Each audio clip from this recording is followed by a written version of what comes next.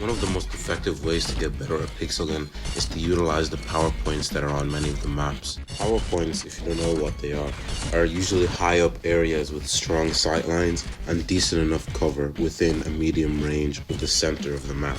Some PowerPoints are better than others, but the general idea is that no one spawns behind you and shoots you in the face. Teamfight doesn't have any real PowerPoints on all of their maps because they all play the same King of the Hill style gameplay where you fight for the center of the map because that's usually where the tallest point is.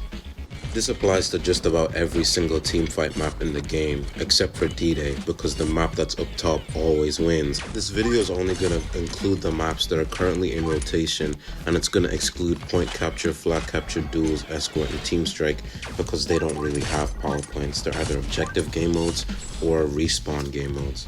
For obvious reasons, Silent School and Knife Party do not have PowerPoints. And before I start hearing it, the stairs on Silent School are not a usable PowerPoint. The courtyard is also not a usable PowerPoint, and the red room is most certainly not a PowerPoint. Maps that do have PowerPoints, but they're not exactly effective, are Paradise Resort, Nuketown, Checkmate, Warehouse Assault, and Pools. I remember there should be timestamps for maps and their PowerPoints on screen right now, but like, why would you need those timestamps, bro? Watch the whole video, man. Give me that views, bro. Give me that watch time, baby. As I said before, Silent School, Knife Party, Paradise, Nuke, Checkmate, Warehouse, and Pools don't really have PowerPoints. But regardless, I'm gonna show some of the somewhat effective points to fight from, while also being able to preserve your life and get long kill streaks. Because these maps have bad PowerPoints, I'm going to get to them pretty quickly. For pools, obviously fighting above the mini pool is the most effective spot on the map. Checkmate doesn't have any PowerPoints, but it has tall points with big views and bad sightlines. Because Checkmate is constantly updating because of the chess pieces moving around everywhere, the map is never the same twice, and it's really hard to gain leverage. All of its peaks have bad cover and, like I said before, bad sightlines. They're too far away from the center, and there's so many spawns on Checkmate to where someone will spawn behind you, in front of you, beside you. I'm a firm believer that Checkmate is the worst deathmatch map in PixelGun. I hate this map so much. I hate playing on it. I hate looking at it. It irritates me beyond my core. Every time I play tournament and I have to play on Checkmate, I feel like ripping off my skin and setting myself on fire. There's just no PowerPoints on Checkmate. I'm not even going to edit out how bad this gameplay is. I'm just going to let it roll and let you see how horrible this map is. I hate playing on it. I don't like Checkmate. Checkmate has no PowerPoints. Let's keep it pushing.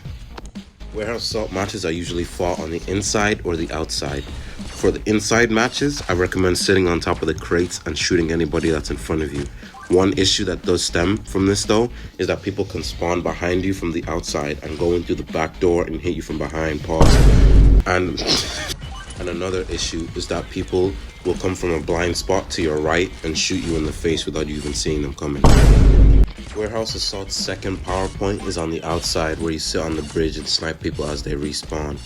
But another issue that this has, as seen at the start of the video, is that people will spawn right on top of you and shoot you in the face. The reason I categorized Paradise Resort's PowerPoint as not nearly as effective as some of the other maps is because you can't just sit here and shoot people the whole match like you can do on most other maps. Once you start racking up kills, people are going to start targeting you. And the way Paradise Resort is, you can spawn just about anywhere in this map. In the hotel, under the hotel, on top of the hotel, the second floor of the hotel. You can spawn in the lighthouse and have a bird's eye view of the person on top of the hotel, which is you. Because of how erratic Paradise Resort spawns are, once you rack up kills, you have to start moving.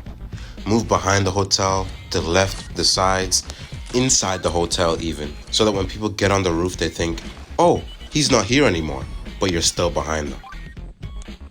I think me trolling this guy in deathmatch is pretty cool, so I'm just gonna play some of the best clips of all my outplays.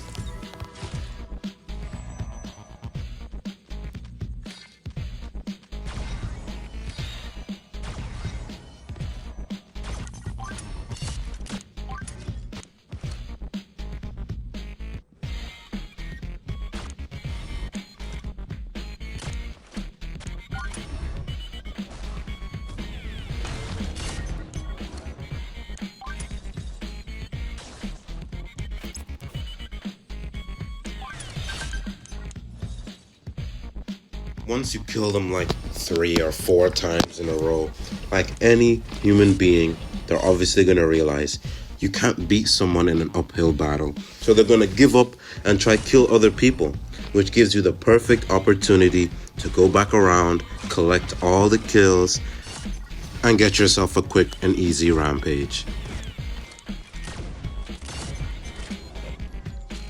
Next up, easily the best deathmatch map, Slender Forest. It has 2 power points and a third way to play the map.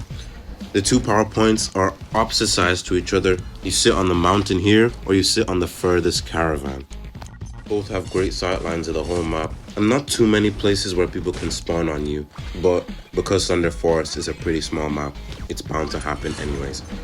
But because Slender Forest is so small and has a few trees here and there, if your mobility stats are high enough, you can just jump around on all the trees like a monkey for the whole match, and no one will be able to hit you because the trees count as a block. You can't shoot through them. All of these are great ways to establish yourself on a map and get a ton of kills without being able to be stopped. But at the end of the day, you can always just use the jetpack.